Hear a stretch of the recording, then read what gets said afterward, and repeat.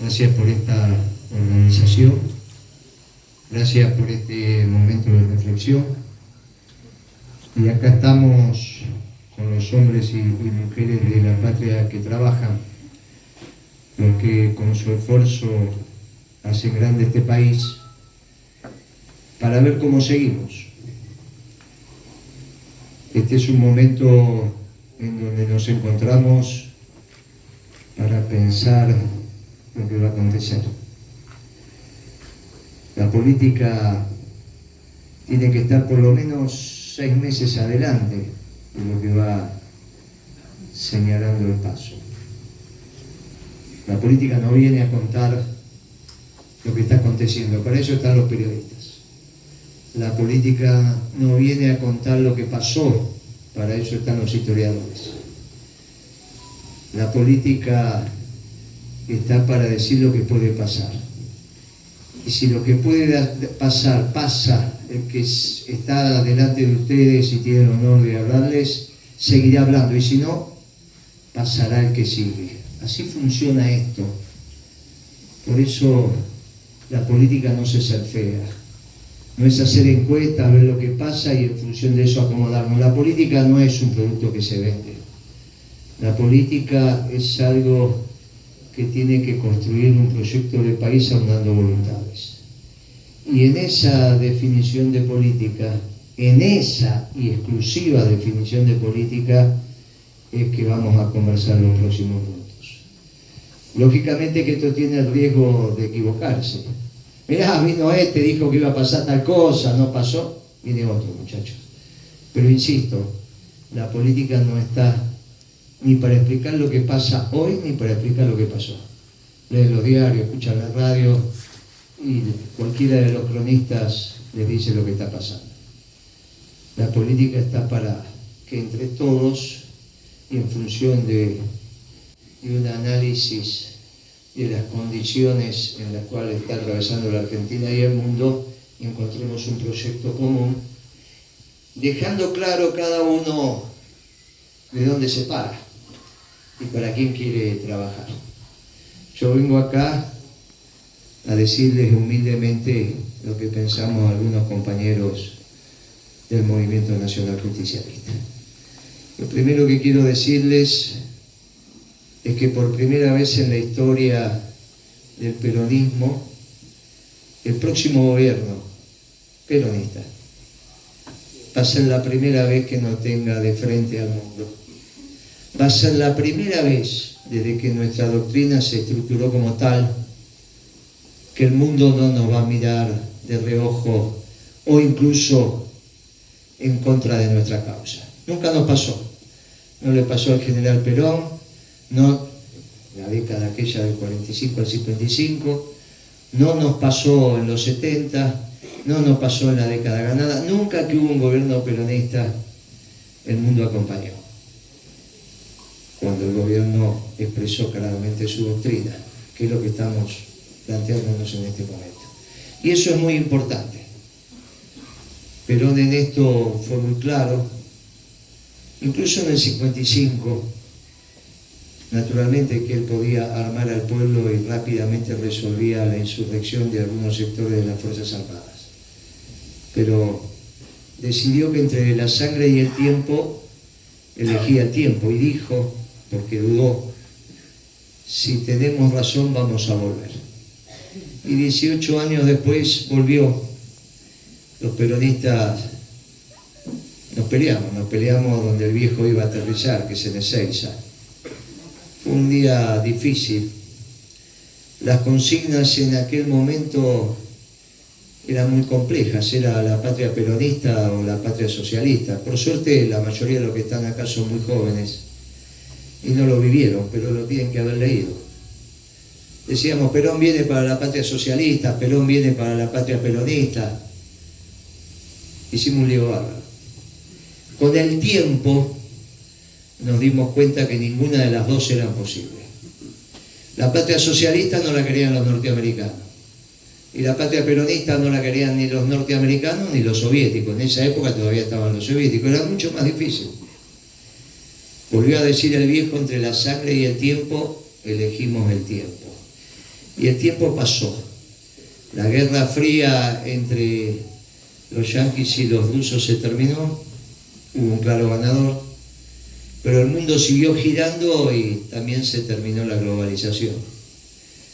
Y aquellos que nos sentíamos incómodos porque queríamos defender el trabajo argentino y nos decían que éramos el pasado, resulta que aparece la primera certeza. No éramos el pasado, éramos el futuro.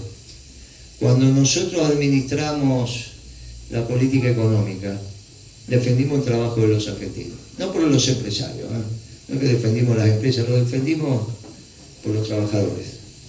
Hoy fui a Milgor por los trabajadores, fui a conversar con los trabajadores. De paso, estaban los funcionarios de la empresa desde ya. Muy grata reunión. Pero Perón decía que hay una sola clase de hombres los que trabajan. Y uno va al lugar donde los hombres y las mujeres están trabajando. En ese esquema, donde a nosotros nos tocó defender el trabajo argentino, resulta que los norteamericanos, los europeos y los japoneses nos hicieron un juicio en el marco de la Organización Mundial de Comercio. Y era obvio que hacia un pueblo, hacia un gobierno de un país del fin del mundo, como dijo el Papa alguna vez, Estados Unidos, Japón y Europa le hacen un juicio, era obvio cómo iba a terminar.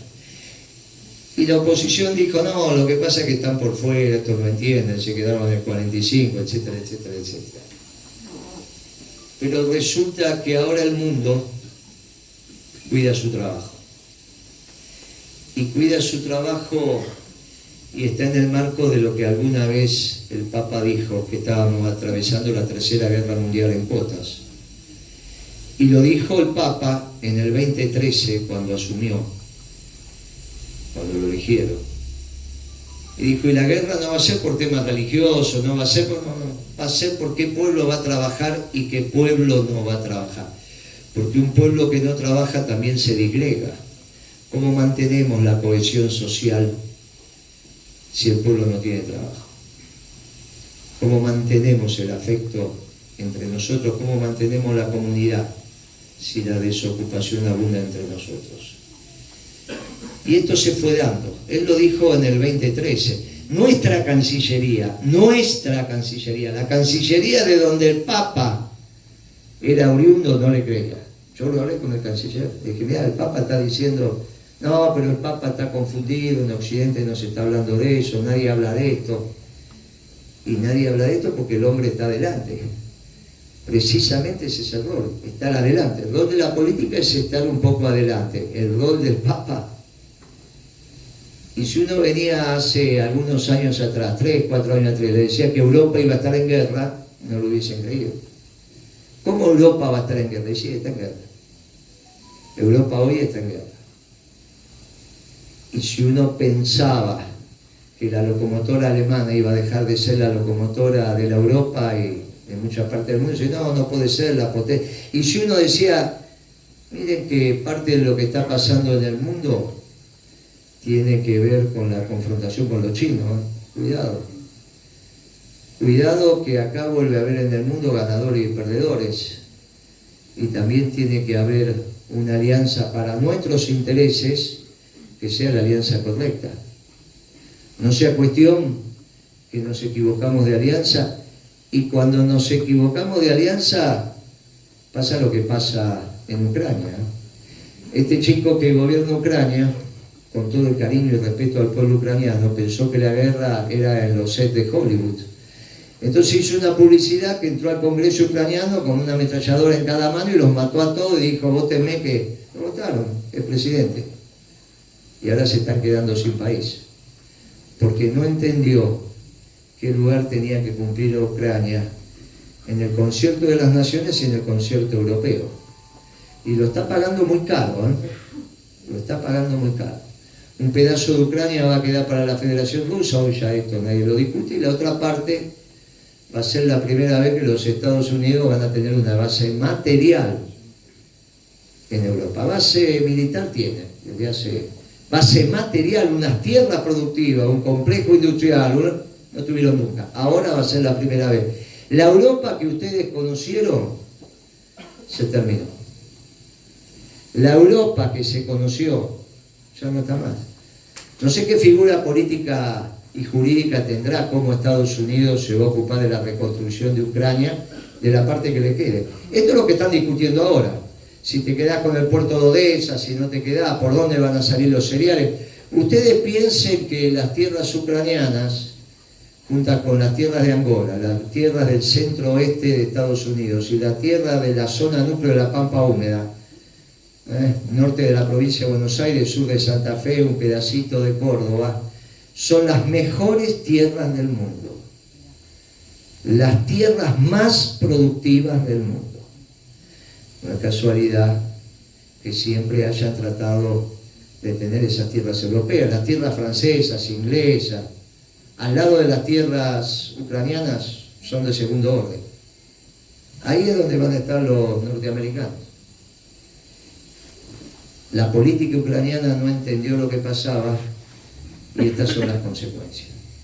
Primera reflexión, hay que tener muy claro lo que está pasando en el mundo.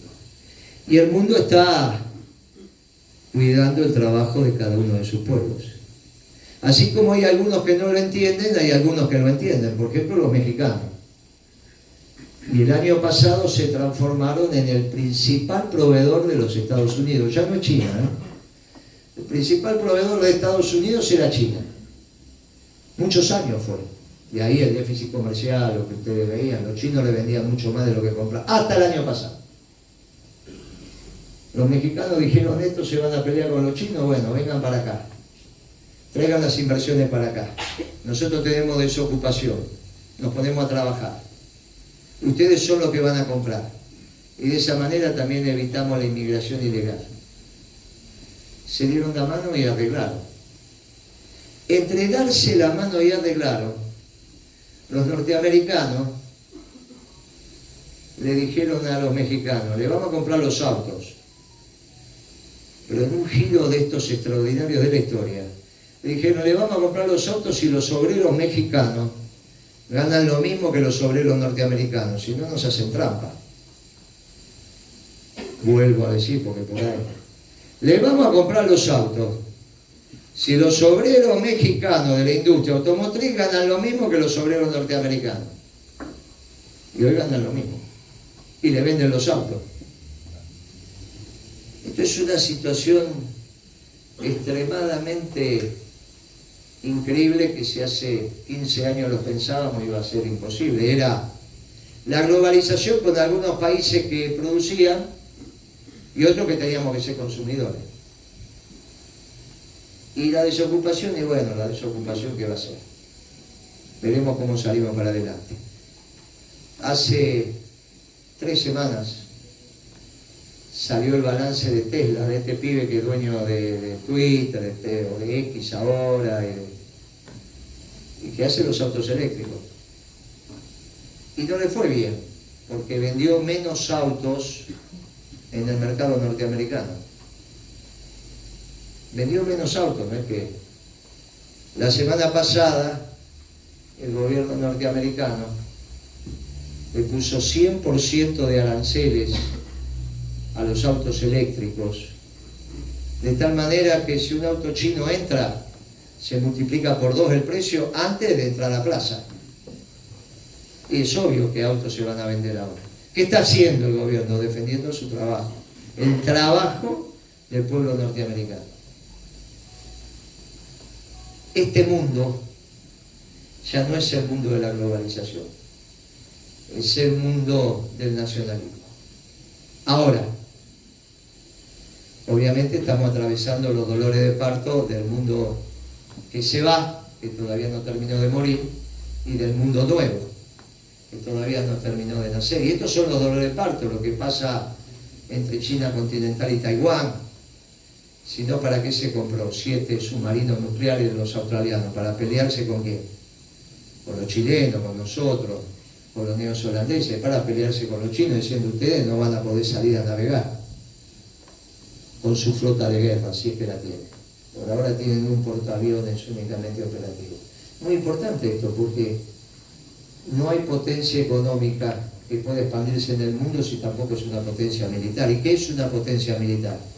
aquel que está en condiciones de llevar la guerra mucho más allá de sus fronteras. No es potencia militar solo el que impide que le entre. Es potencia militar aquel que puede ir. Y se puede ir de muchas maneras. Se puede ir con los misiles, ahí están los rusos, o se puede ir con la Fuerza Naval y la Infantería de Marina. Y esto, sí, ahí ya empezamos a hablar otro idioma. No hay muchos países que tengan esa capacidad. Entonces, cuando hablamos de potencia, porque un pagaré sirve en tanto y en cuanto yo lo pueda cobrar.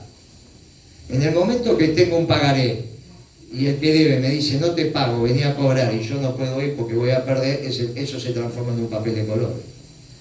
Entonces las deudas son en tanto y en cuanto las pueda cobrar. Si no las puedo cobrar, son papeles de colores. Y esto es lo que pasa. Y esta es la definición de antaño de potencia militar y sigue siendo ahora. Y nos guste o no, hay solo dos potencias militares que son capaces de penetrar en territorio enemigo. Los norteamericanos y los rusos. Los norteamericanos por la potencia de fuego que tienen. Imagínense que el presupuesto de defensa norteamericano es superior al de todos los restos de los países del mundo sumados. Uno suma todos los presupuestos de defensa de todo el resto del mundo y es inferior al de los norteamericanos. Y después Rusia, la Federación Rusa, por lo de siempre, es su desarrollo misilístico. Estuvieron a la avanzada y siguen estando a la avanzada. Esto es bien interesante. ¿Para qué habría una guerra entre Rusia y Estados Unidos? ¿Para qué? ¿De qué le serviría a Estados Unidos ganarle la guerra a Rusia? ¿Para quedarse con qué? No sea cuestión que a los únicos que respeten los norteamericanos sean a los rusos.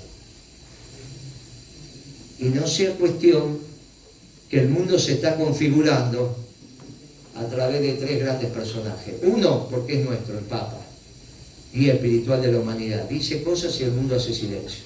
Entre otras cosas dijo, y el mundo le está haciendo caso, que la historia la escriben los pueblos.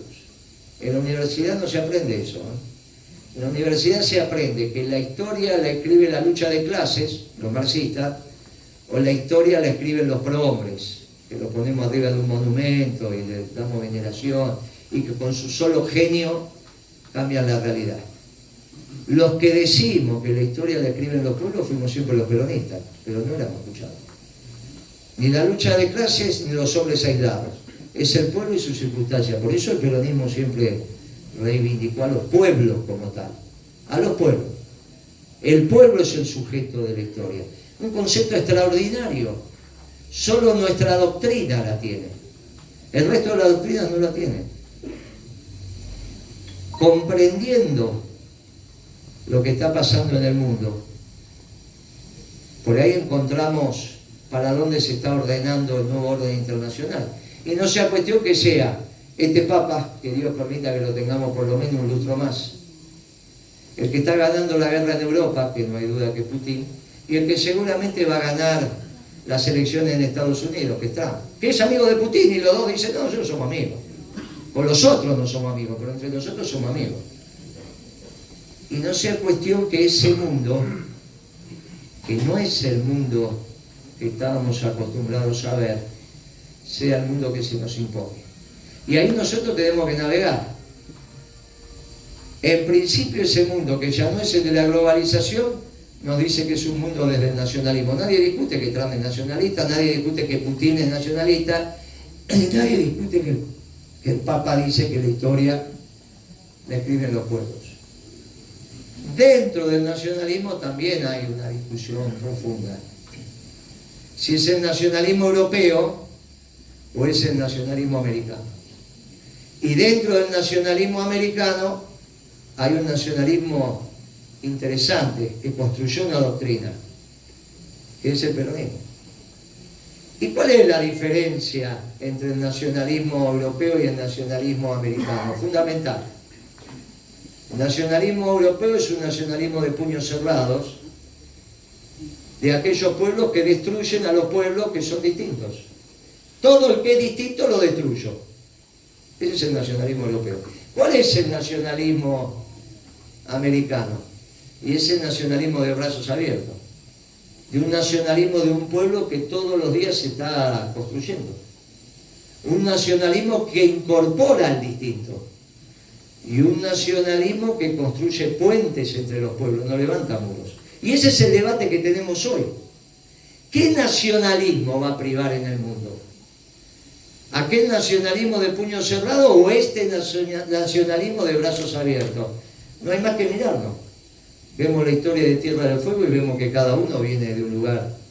Y sin embargo hay un orgullo del pertenecer a Tierra del Fuego. Y no, yo soy salteño, yo soy misionero, y que vine a hacer la colima y me quedé. Y vos sos cordobés, y vos, y ahora somos todos de Tierra del Fuego, somos el Río Grande, somos... Si hay un ejemplo de nacionalismo de inclusión, de aquellos que se quieren a sí mismos y que quieren a los demás, es Río Grande.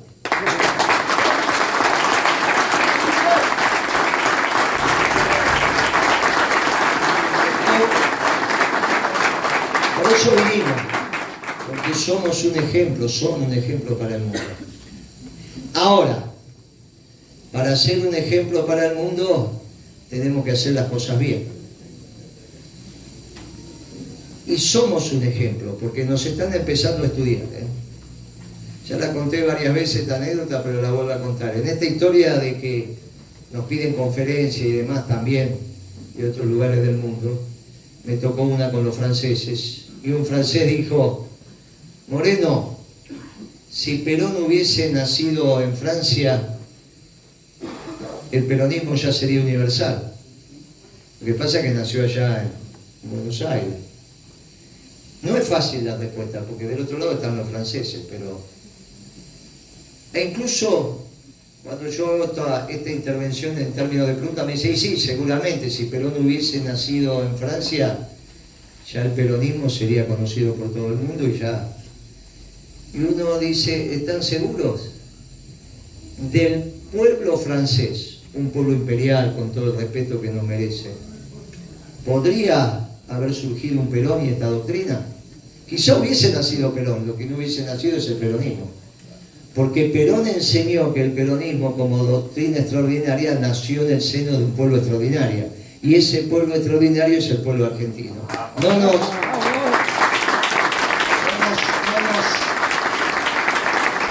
pensemos que porque estamos atravesando situaciones dolorosas, esto es así. Lo que pasa es que Dios le exige más al que más puede, como nosotros hacemos con nuestros hijos. Al que puede más le exigimos más. Y Dios le exige más a aquellos hijos que están en condiciones de dar más. Esto es siempre lo que nos está pasando ahora, es simplemente una circunstancia. En este debate entre dos tipos de nacionalismo, nuestra doctrina se va a imponer. Pero para eso tenemos que hacer un buen gobierno. Y para hacer un buen gobierno, nunca más nos puede pasar lo del 2019 con aquella consigna, primero ganemos, después vemos. Porque cuando vimos a Milei. Lo primero que tenemos que saber es para qué queremos tener un gobierno peronista, que el objetivo no es ganar el gobierno. El objetivo es la felicidad del pueblo y la grandeza de la patria. Ganar el gobierno es un medio. No hay que confundir medios con fines. Es un error garrafal confundir medios con fines. Ganar la elección es llegar al gobierno. Es el medio. ¿Para qué? Para gobernar bien. Para gobernar bien tenemos que tener un plan de gobierno. Y el peronismo se organizó para tener un plan de gobierno. Ahora lo presentamos, lo hicimos el 13 de abril. Y lo vamos a terminar de presentar. Se estaba terminando de su redacción para que quede no como un recorte y pegue, sino como algo armonioso. El 6 de junio se va a estar presentando en un acto que vamos a hacer entre Capital y Gran Buenos Aires, las delegaciones que vengan del interior. Vamos a presentar el plan de gobierno. Pero ese día también vamos a presentar el segundo elemento que necesita un buen gobierno, que es el pueblo organizado. Y la organización del pueblo, ¿qué es el pueblo? Es la masa organizada. Si no es masa, y si se organiza es pueblo. Y la organización del pueblo es la organización del movimiento peronista. El 24 de enero del 24, gracias al movimiento obrero organizado, se terminó. El 24 de enero es cuando hicieron la movilización allá a tribunales. se terminó la etapa partidaria, partidocrática del movimiento peronista. Y vuelve la etapa revolucionaria, que es la etapa movimentista.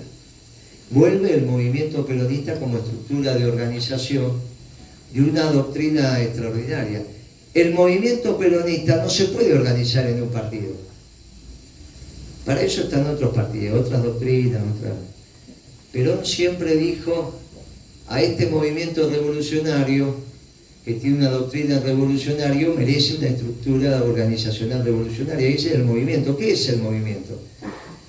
Es la gran mesa donde confluyen las distintas ramas del peronismo para tomar las decisiones del peronismo y también sobre los destinos del país. Insisto, no en el Partido Justicialista. El Partido Justicialista siempre fue la herramienta electoral del peronismo. La justicia dice que hay que cumplir una serie de pautas para ir a elecciones. Bueno, eso lo cumple el partido. Pero la conducción es del movimiento peronista. ¿Cuántas ramas va a tener el movimiento peronista? Y arranca con las tres de usanza: las mujeres, la política y el movimiento obrero. En los 70 se armó la juventud, ya son 4. Pero ahora resulta que tenemos un gobierno que como nunca hostigó al capital. Y los empresarios se dieron cuenta que pueden perder el negocio por una decisión política. ¿Qué es lo que les está pasando? Por eso Unequian hizo la declaración que hizo el otro día, ¿no? Muchachos, vendiendo 60, 70% menos es imposible mantener un negocio. Y entonces se dieron cuenta que esto no va. Empezamos a organizar la rama de empresarios peronistas y está creciendo. No los que vienen a discutir si un punto más, un punto menos de impuestos, que si no, los que empiezan a pensar como empresarios el conjunto del país. Nunca el peronismo pudo tener la rama de empresarios peronistas. Ahora, porque finalmente somos la armonía entre el capital y el trabajo, pero los empresarios siempre se hacían lo lindo, ganaban plata con nosotros, pero votaban de otro lado. Bueno, ahora se dieron cuenta que tiene que ser la armonía entre el capital y el trabajo, pero también hay que pensar el país de manera mancomunada. Ahí la rama de empresarios. También es cierto que aunque pongamos a crecer el país, algún tiempo más la pobreza va a haber. Por eso las organizaciones sociales tienen un lugar en el movimiento peronista. Se ocupan de aquello que es muy difícil, porque no están organizados, no están en las organizaciones libres del pueblo, no están en los sindicatos, no están en los centros de estudiantes. Es muy complicado. Y la última rama, ya tenemos 6, es la de técnicos y profesionales, porque el peronismo tiene que volver a ser cultor del conocimiento. Tiene que premiar el conocimiento, el que se esfuerza. Eso no hay que ir a la universidad, hay que saber lo que se habla. Siempre el peronismo hizo silencio ante el saber. Y ahora no, ahora cualquiera habla de cualquier cosa. Bueno, muchachos, esto también se tiene que terminar. Entonces vamos a tener 7 ramas. Ese va a ser llamado Consejo Superior del Movimiento Nacional Justicialista, el que va a tomar las decisiones dentro del movimiento peronista. Y como Perón enseñó que los intereses permanentes de la patria los defienden los trabajadores organizados, es que los que van a tener más delegados dentro del Consejo Nacional del Movimiento va a ser la rama sindical. De ahora en adelante, las listas que van a expresar a nuestro pueblo en los hechos legislativos va a tener opinión preponderante el movimiento obrero organizado. Como era, como en algún momento fue y que tiene que volver a ser. Entonces vengo decirle a la Casa de los Trabajadores y mirando a los ojos a los trabajadores que se terminó la lapicera para decir este sí.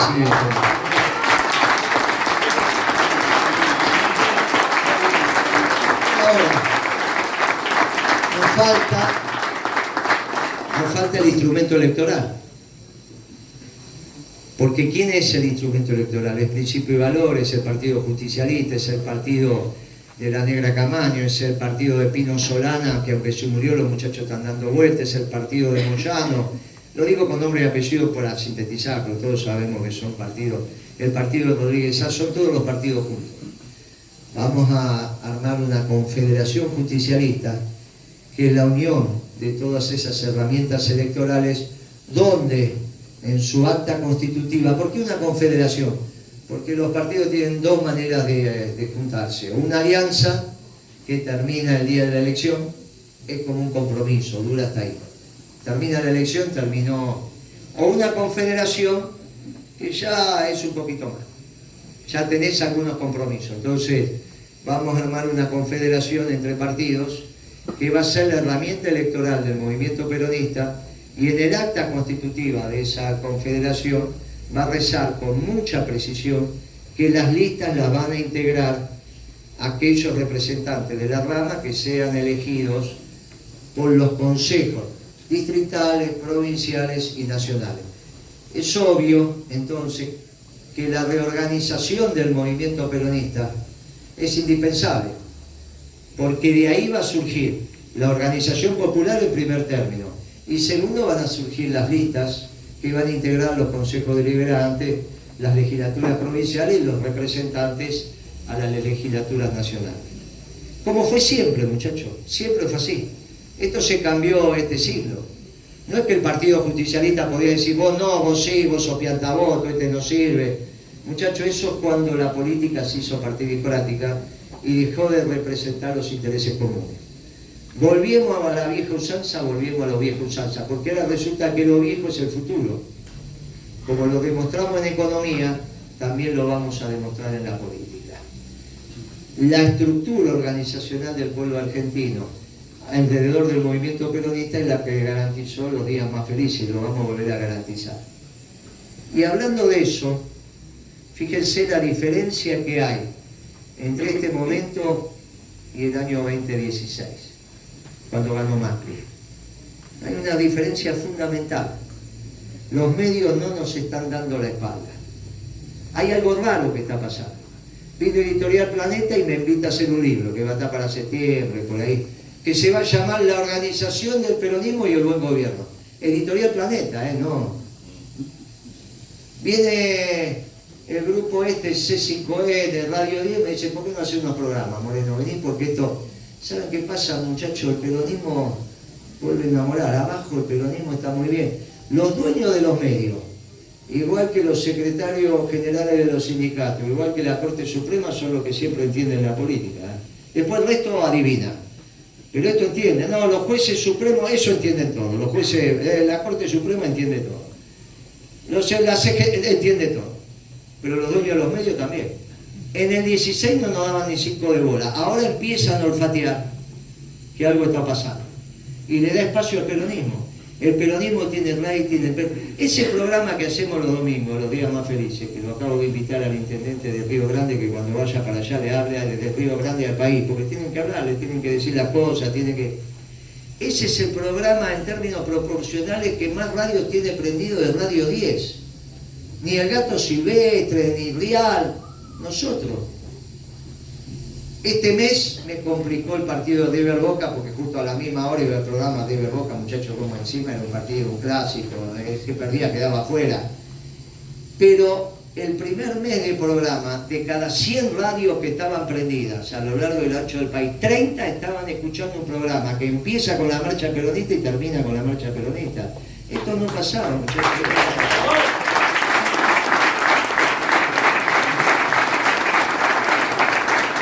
Cada tanto nos ven en Duro de Domar. Duro de Domar era un programa de los progres. Y ahora resulta que es un programa peronista. Algo está pasando con los medios, muchachos. Algo está pasando que de alguna manera incorporan el discurso del peronismo. Finalmente el peronismo, como cuando éramos jóvenes, vuelve a tener levante. Y cuando el peronismo vuelve a tener levante, la Argentina anda bien. Y eso es lo que estamos viendo. Esta situación nos pone ante un gobierno distinto y una situación distinta. Y dentro de ese plan de gobierno hay un hecho que tiene que ser sustantivo y con eso vamos a terminar. Es el rol del Estado y el rol del movimiento obrero. Hubo un debate cuando aquel gobierno nacionalizó las acciones de YPF y dónde íbamos a poner ese 51% de YPF. La discusión es ¿dónde la vamos a poner? Tiene que ser el Estado, en manos del Estado. Y uno preguntó, yo pregunté, ¿y por qué? ¿Por qué en manos del Estado? Porque si el 51% de las acciones está en manos del Estado, de ahí en adelante tenemos que ganar todas las elecciones. Porque en cuanto pierda la elección, ese 51% lo empieza a manejar cualquiera. Suerte que no ganó Macri la elección ni Aranguren fue ministro de Energía. Imagínense a Aranguren manejando YPF. Por suerte no pasó. ¿Cómo evitamos que eso pase? Con un partido único, pero si somos partido único al estilo China, no somos democráticos. Los peronistas somos esencialmente democráticos. ¿Qué me van a hablar de libertad? Si nosotros somos los que decimos que la libertad es un don de Dios, no una construcción de la sociedad. Nosotros somos profundamente amantes de la libertad. Y entonces, ¿dónde ponemos el 51% de las acciones? Y a ver, Moreno, ¿qué sugiere? Vamos a ponerla en el confederal de la CGT. No, a ver, pero... Y sí. Imagínense cómo cambia la estructura económica de la Argentina si el 51% de las acciones de YPF pasan a estar en manos de todos los trabajadores organizados de la patria. Cambia. ¿Qué es lo que hizo Perón? Perón es de verdad. No porque dio una bolsa de comida, no porque dio un plan. Porque cambió la manera de entender la economía. Le dio el rol que tenía que tener a los trabajadores organizados, no individuales. Organizados. Organizados. Imagínense lo que sería esto si los rusos tienen razón y dicen que ahora, no sé, ustedes son la provincia, no solo la provincia más grande, sino que si los números que dicen ellos son, en orden de magnitud, es más o menos esos yacimientos la mitad del PBI del mundo. Nosotros hoy somos el 0,35 del mundo.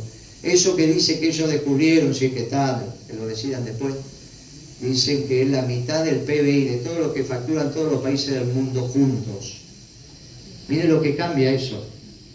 Y con una empresa en manos de la única clase que Perón reconocía, que eran los trabajadores organizados a través de sus instituciones. Porque es obvio que nosotros tenemos dos vectores de competitividad que hoy el mundo reconoce: alimento abundante y barato, y energía que debe volver a ser abundante y barato, y sobre todo lo de barato, con lo que me estoy enterando que están empezando a pagar de casa acá. Muchachos, este es el destino. Nosotros tenemos el plan económico peronista diciéndole al pueblo: mire, esto es lo que vamos a hacer. Y no hay ninguna alternativa que el pueblo tenga trabajo si no reindustrializamos la Argentina. Y no hay ninguna posibilidad que reindustrialicemos la Argentina si Tierra del Fuego no sigue siendo industrial. Y sin que Río Grande siga siendo la ciudad más industrial de la Argentina en términos de población y densidad de productos industriales. Y esto es lo que nosotros venimos a hacer. Porque ahora ya no van más las cadenas largas de aprovisionamiento, porque no sabemos lo que van a pasar con los chips que vienen de Taiwán. Puede ser que pase de lo peor. Entonces vuelven las cadenas cortas de abastecimiento. Hoy cuando visitaba a Mirgón decía: a ver, ahí estaban los chips. Dice: esto es lo que viene de Taiwán. Sí, ¿vos estás seguro que va a seguir viniendo de ahí? Y hay que ver lo que pasa. Ahora Mirgón no puede parar, con lo cual el debate de hoy es: che, ¿y dónde tenemos los reemplazos de esto? Si acá se arma ruido y volvemos a las cadenas cortas. ¿Cuáles son los países que pueden fabricar chips en la Argentina? En nuestro gobierno se fabricaron chips. En Chascomús. Chips elementales, chips menores y todo lo que quieran, pero se fabricaron chips. Fuimos el primer país en Sudamérica que fabricó chips. En la vieja textil de Nequean, ahí se inauguró una fábrica de hacer chips. Los elementales sí, los elementales. Pero uno empieza haciendo alfileres y termina haciendo cohetes. Así que así empieza la historia. Esta es la Argentina que nosotros estamos soñando y es la Argentina que le venimos a proponer. Una Argentina con orden, con paz, con justicia y con mucho trabajo, de armonía entre el capital y el factor de la producción que más amamos nosotros, que son los trabajadores organizados. Una Argentina donde nos encontremos en comunidad, una Argentina donde reine el amor y la paz, como dice Evita Capitana, que ya la vamos a empezar a cantar cada vez más. Ahí tiene una frase que dice: para todos los pueblos del mundo, una revolución de amor y paz. Y este es nuestro trabajo. Nuestro trabajo no es solo peronizar la Argentina. Nuestro trabajo también es peronizar el mundo, porque también somos una doctrina universal, pero que no quiere que todos los pueblos piensen igual, coman igual, se vistan igual. No, nosotros somos esa doctrina que creemos que genera la perfección, que tiende a la perfección. Esto es lo que nosotros humildemente venimos a proponerle. A Tierra del Fuego, en este caso a Río Grande, a la Argentina y al mundo. Lo vamos a ver y seguramente no. Pero nosotros, la mayoría de los que estamos acá, somos hombres y mujeres de la trascendencia. Lo empezamos nosotros y alguien lo terminará. Lo empezaron algunos hace 70 años y acá estamos para pasar la bandera. Y recibimos desde la Quiaca hasta el Polo Sur y tenemos que revolver una Argentina desde la Quiaca hasta el Polo Sur. Este es nuestro trabajo, este es este desafío. Río Grande es un ejemplo, muchachos, no hay más que mirarse. Cada uno de un lugar distinto y sin embargo el orgullo de pertenecer a un pueblo de Río Grande que en las diferencias hace la unidad. En esas diferencias hace la unidad y esa es la riqueza de la unidad en la diversidad. Es un día muy grato que tengo acá y especialmente hoy que estoy en la Casa del Movimiento Obrero Organizado. Les vengo a decir que hagan todo el esfuerzo para peronizar Tierra del Fuego, que hagan todo el esfuerzo para peronizar la Argentina, pero que tengan muy claro que recién ahí está empezando el trabajo. Hasta que no terminemos con todos los pueblos diciendo al unísono, los días más felices fueron, son y volverán a ser peronistas, Río Grande no termina su trabajo. Muchas gracias.